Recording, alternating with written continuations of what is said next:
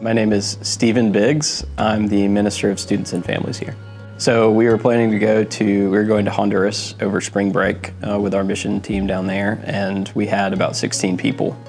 And so maybe about 5 or 6 of those had fully raised support. I'm Jamie Peipon, and I'm the Minister of Missions at First Presbyterian Church. When our students or any of our participants in short-term missions go on a mission trip, they are required to raise their support. They have to find the funding to enable them to go. And that can be a difficult thing, and it's an act of faith in some ways just to put yourself out there and ask for help. And so our youth were working on that.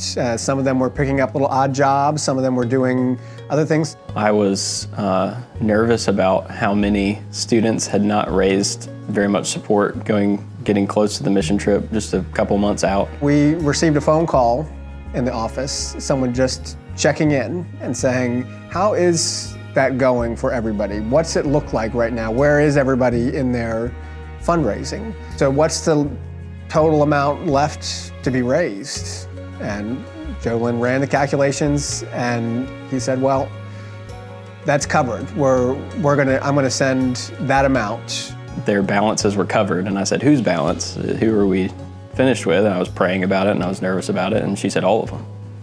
And so every student that had not finished raising support, they were all paid for by one individual.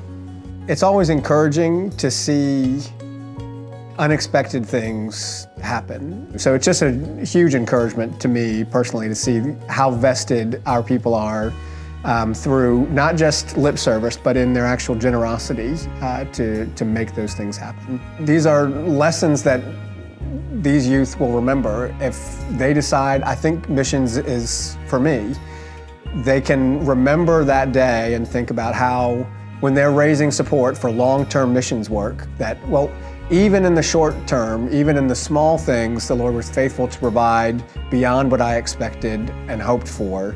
And I can count on Him to be faithful to provide in these large-scale tasks of supporting even for long-term missions as well.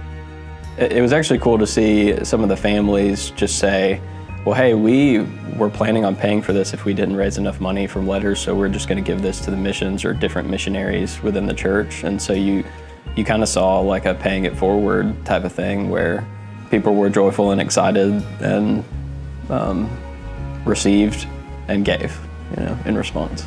Just because you've given before doesn't necessarily make the next gift easier.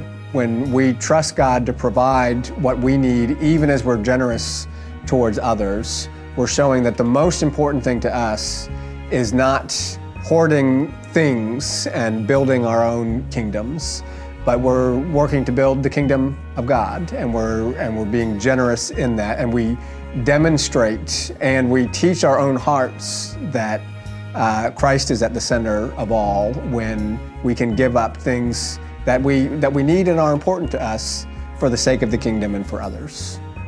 God is generous, and as people who are adopted by Him, we start to take on His characteristics more and more. We start to be more like Jesus, and so generosity is essential because that's who God is. He's self-giving. He gives of Himself, and we're called to give of ourselves. This is who we are as a people, and it's not like when you give, you've lost something. I mean, tangibly, you've lost money, right? But ultimately, in the grand scheme of things, if we're looking with a view towards eternity, you have only gained, to live as Christ and to die as gain. So when we use the things that God has given us for His glory, whether it's our finances or whether it's our time, whether it's our homes, that is a way that we can be learning to love God evermore as we're faithful to use everything that He's given us for His glory.